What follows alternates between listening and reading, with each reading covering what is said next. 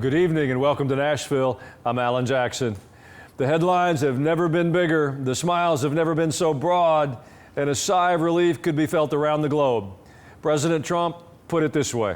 We gather on a day of profound joy, of soaring hope, of renewed faith, and above all, a day to give our deepest thanks to the Almighty God of Abraham, Isaac, and Jacob.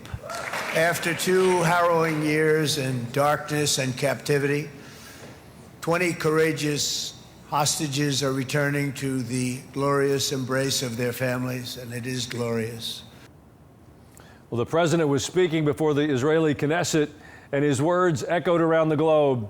So too did the sound of hostages reunited with their families and friends.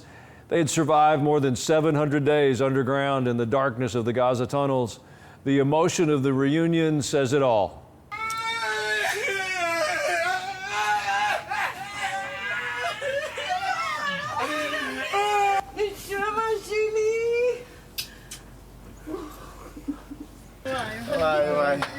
אוי, כמה. טוק שלי, בוא, אמא שלך.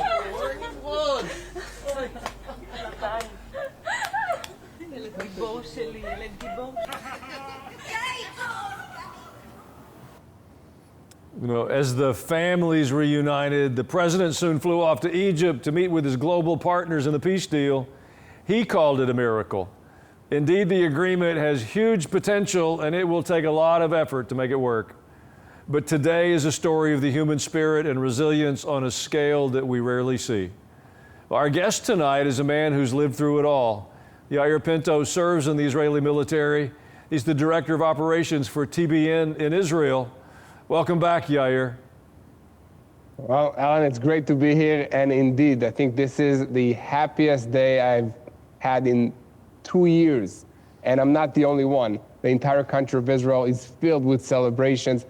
Everybody's dancing in the streets with the return of the Israeli hostages that came back after 2 years of being in the underground tunnels of Hamas. It's just amazing. This is a miracle. This is an answer to prayers, what we've been witnessing here. And I hope that everybody who's watching us understand that God is alive and he's performing miracles right now in these modern days. Amen. Well, it's so good to speak to you when there's joy on your face. We've been looking forward to this day. You know, surely you're still digesting this victory for your country. Tell us what it's like for you and your friends when the deal was sealed and you saw the hostages reuniting with their families. Well, it was, first of all, when the deal was sealed, the entire country went into this kind of anticipation, happiness, but also concern. Is it really going to happen? Is Hamas going to really deliver the hostages, or they're going to pull some kind of act in the last minute? But once we started seeing the hostages come home, and it was the entire nation, and I'm talking about me, my family, my friends, everybody was glued to the TV looking at the images of when the hostages are released. And you had tens of thousands of Israelis waiting on the border with the Gaza Strip to welcome them to Israel. You had thousands of people in city centers all across the land of Israel in anticipation, waiting to receive the hostages back. It was just amazing to see them coming home. Just to say, it's been 2 years of some of them not seeing sunlight, so they're going to have a long process to get back to normal lives. But finally, we're moving from a stage of trauma, and now we're going to try and move through the post-trauma stage as a country, and especially for the hostages. But it's just amazing that we can, continue life with the hostages back home. And these people, it's important to understand, the culture in Israel is very, very family-oriented.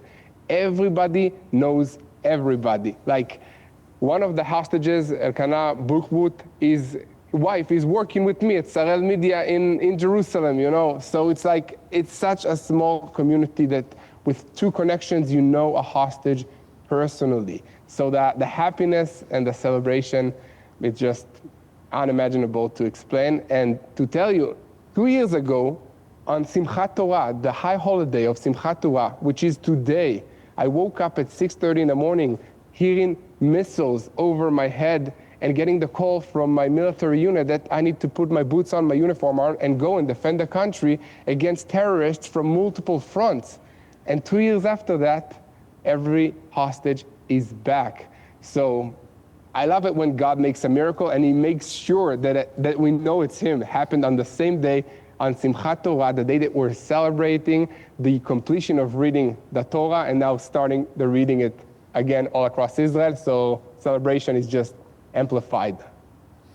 Yeah, I think that's really important. The conclusion of your high holy days, you have this victory to celebrate while your families are together.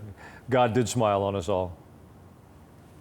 Yeah, exactly. I love it when he does it. It's just been unimaginable. And it's been like crazy, and everything was worth it. Like when we went into the Gaza Strip, my unit, myself, and other soldiers, what we had in front of our eyes was we have to bring the hostages back home. That's the reason that we're fighting this war. That's the reason that we left our families. I personally left my 3-month-old baby when this war started 2 years ago, and here we are. The mission was accomplished. Just amazing.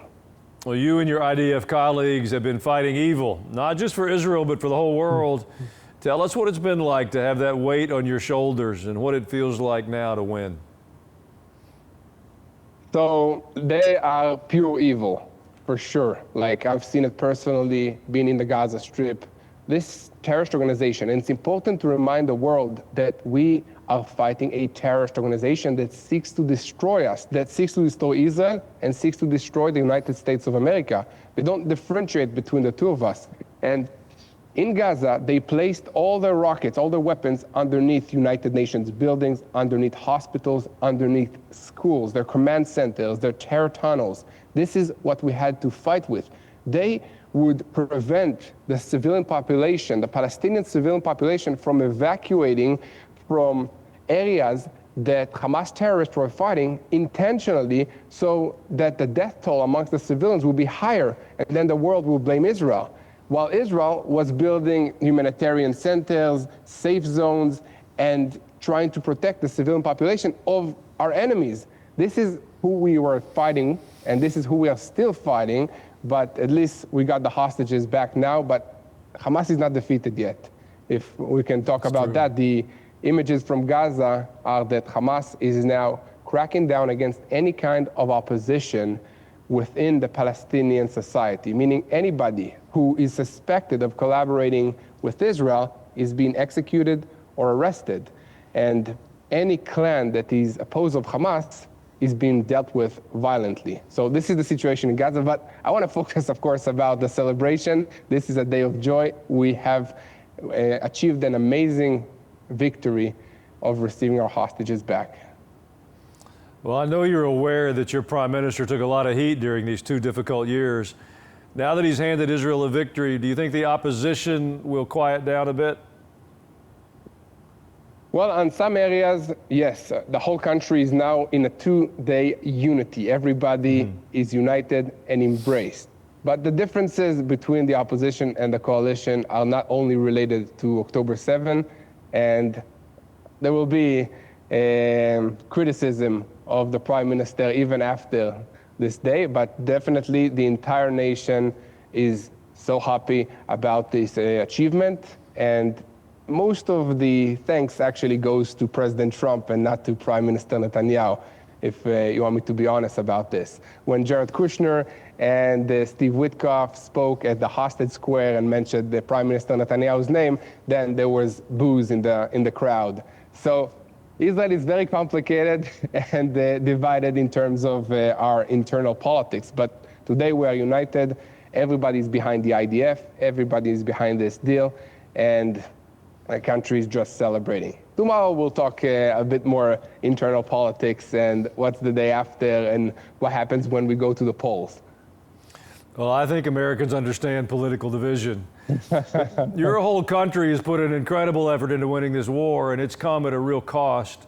Lives lost, businesses have suffered, there's been physical damage, the trauma of listening to the incoming missiles. Surely you and your friends are exhausted from 2 years of it. But if there was ever a population that knows how to stay strong, it's the people of Israel. Tell us what you're seeing now in the land. Well, as you've said, it's been a very, very hard 2 years. I think that I had to go to bomb shelters with my kids at least once or twice every week since this war started.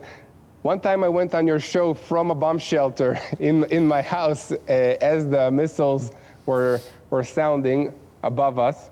And this thing affects, especially the children, affects us. We're still in kind of war mode, so we're not dealing with it, but hopefully we'll have some time without, rockets, terrorists, and other attacks to try and recuperate and, get back to kind of a normal state of mind. But, when I say it, this has kind of been the life in Israel, also for me, since I grew up. We started with Palestinian terrorists that went on buses, school buses, when I went to school, and committed a suicide attack, exploding the bus with themselves. And then it shifted into rockets from the Gaza Strip for more than 10 years, and then this war. So this is kind of the life in Israel. And I learned to realize that this is a spiritual war. The enemy do not want to see Israel alive at all. Because just the fact that we are here after 2,000 years of being in diaspora is a miracle. It's fulfillment of biblical prophecies. It's proof that God is faithful, that he's truthful to his word. And because he's faithful to the Jewish people, to the people of Israel, he will be faithful to each and every one of us with whatever it is that we're dealing with. So this is what God is using Israel in this time. This is the only reason that amongst all the conflicts in the world, when you open your news, wherever you are, you hear Israel, this tiny little land. It's because it's in the heart of God. It's in the focus of our enemies, and that's why it's in the mainstream of the world. And God is using it, using these challenging times to show that he's faithful, that he's with us, that he's performing huge miracles today, like bigger than the miracles of the Bible. I've seen it on a personal level and on a nation level, from interception rates of 90% of more than 500 ballistic missiles coming to Israel. This doesn't happen. I mean, my phone breaks out more times than that. Like, imagine the amount of technological coordination needed to intercept all these missions. And also on a personal level, I've been into the Gaza Strip, into Khan Yunis, like this terrible place. And I asked God to give me peace. And he didn't just give me peace. I mean, I was smiling and happy and sharing about Jesus with my fellow soldiers in Gaza. So it's kind of just a miracle after a miracle. And I think this is what it's all about. And God is giving us the strength to deal with it because it's part of his plans. Well, Yair, we're glad you're there and we're honored to stand with you. We need to take a short break. Can you stay with us for another segment? My pleasure, yeah. I'll be right back.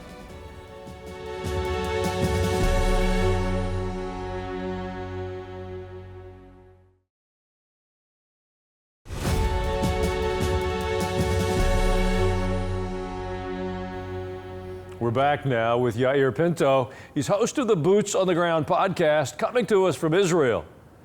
Well, the signing ceremony in Egypt was world history in the making. So many leaders all there to show their support for the plan called Peace 2025. Did you ever think you would see something like this? On top of an end to the war in Gaza and an end to the threat from Iran, it's remarkable. Yeah, it's just amazing. And I think that this is what Trump's all about. Is we started with the Abraham Accords on his first term as president, which was also amazing to connect Arab nations with Israel, building these bridges of cooperation. And I think that was just the beginning, and he wants to double down on these agreements.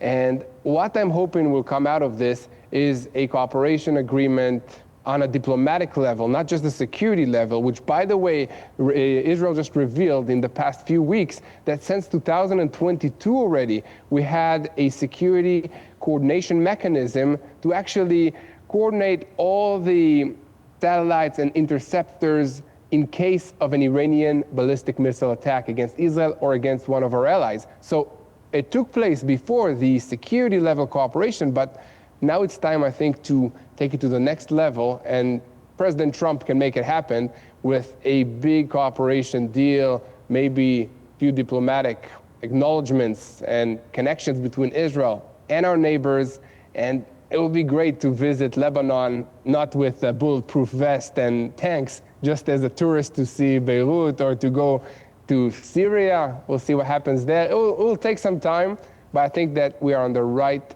pace to do it. And the biggest obstacle was to get the hostages back and end that phase of this war in this region. For the next phases to go along, I'm sure that Iran will still be a threat. And as we hear from them, they're still threatening the United States, still threatening Israel of retaliation if any of us will do anything to harm their interests. And the Houthis are still on high alert to launch the next ballistic missile. So far, they haven't shot any rockets since the ceasefire between us and Hamas. So it can be really, really, really exciting times, but we'll see what happens. Everything can change very, very quickly in the Middle East. Well, President Trump is calling this a new Middle East. He said it's the end of an age of terror and death. When he got to Egypt, everyone in the world, leaders, wanted to have their picture taken with him. I've never seen anything like it. You spent most of your life living in an age of terror. How does it feel knowing that that could be behind you? Well, first of all, I'm very optimistic. I'm a glass half full kind of guy, so I really, really believe that this is the time to do it, because what we learned is that peace can only come through strength in the Middle East. That's how it works. And Israel, after 2 years of war, is in a position of strength.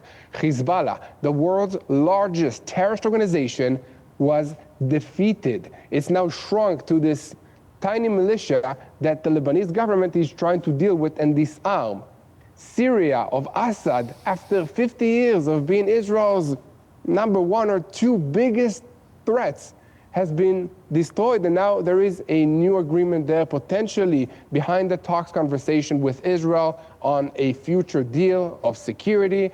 And then Hamas has been diminished to this guerrilla warfare organization in the Gaza Strip. So Israel is very strong. The IDF has never been more ready to whatever comes against us. And let's not even talk about the fact that we destroyed the nuclear facilities in Iran, more than 2,000 kilometers away from us. So the Air Force, the military, the ground forces, everybody's on high alert. Basically, every citizen of Israel has never been more combat ready than we are now. Actually, we need some rest to prepare for anything that comes next. But from this standpoint, this is the time to make peace agreements, because Israel is strong and the United States of America has never been more strong in the Middle East as it is right now. Well, there's been speculation that President Trump was able to make a deal with so many Mideast leaders because Steve Witkoff and his son-in-law, Jared Kushner, have personal relationships with some of those leaders. Do you think that managing such a diverse group can only happen with these personal and not just political relationships? Yeah, what I understood, I think that at this day and age, people want a personal relationship. It makes all the difference, and it doesn't end just, with a politically correct statement or a diplomatic statement. It's a personal relationship. And Witkoff, I think this guy has more miles on his frequent flyer than any other diplomat in the world. In the past 2 years, he's been on the plane everywhere. He's like the special envoy, communication negotiator for everything related to the United States of America, from Russia to Syria to Lebanon to Gaza to Qatar, so to Iran. This guy has been everywhere. And I guess, as President Donald Trump said in the Israeli Knesset, more than being a great negotiator, he's just a great guy, then people loves him. So maybe that's the key for diplomacy in the future. Let's be better persons. Well, Yair, we need to take a quick break, but we'll be right back.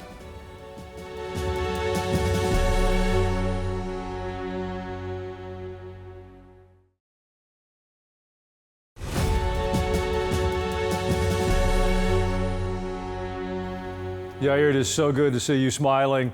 I don't think many people have a clear sense of the diversity you have in Israel. It's different cultures, different faiths. It's a warm and accepting atmosphere. Do you think that some of the people who left Israel during the fighting will come back now? Yes, I think so. I think many people believe that this is a time of a better future for Israel, like a peaceful future for the region.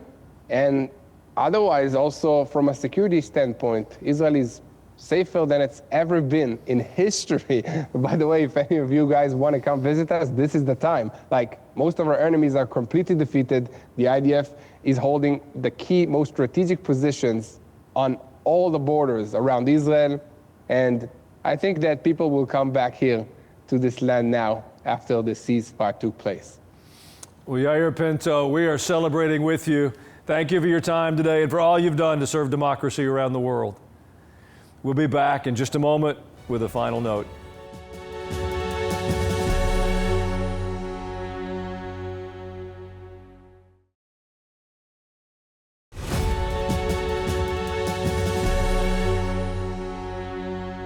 The release of the Israeli hostages this week is a wonderful victory for everyone who loves peace. God is moving in the earth. Be sure that fills your heart this day. I'm Alan Jackson. It's an honor to spend a bit of time with you. Have a wonderful evening.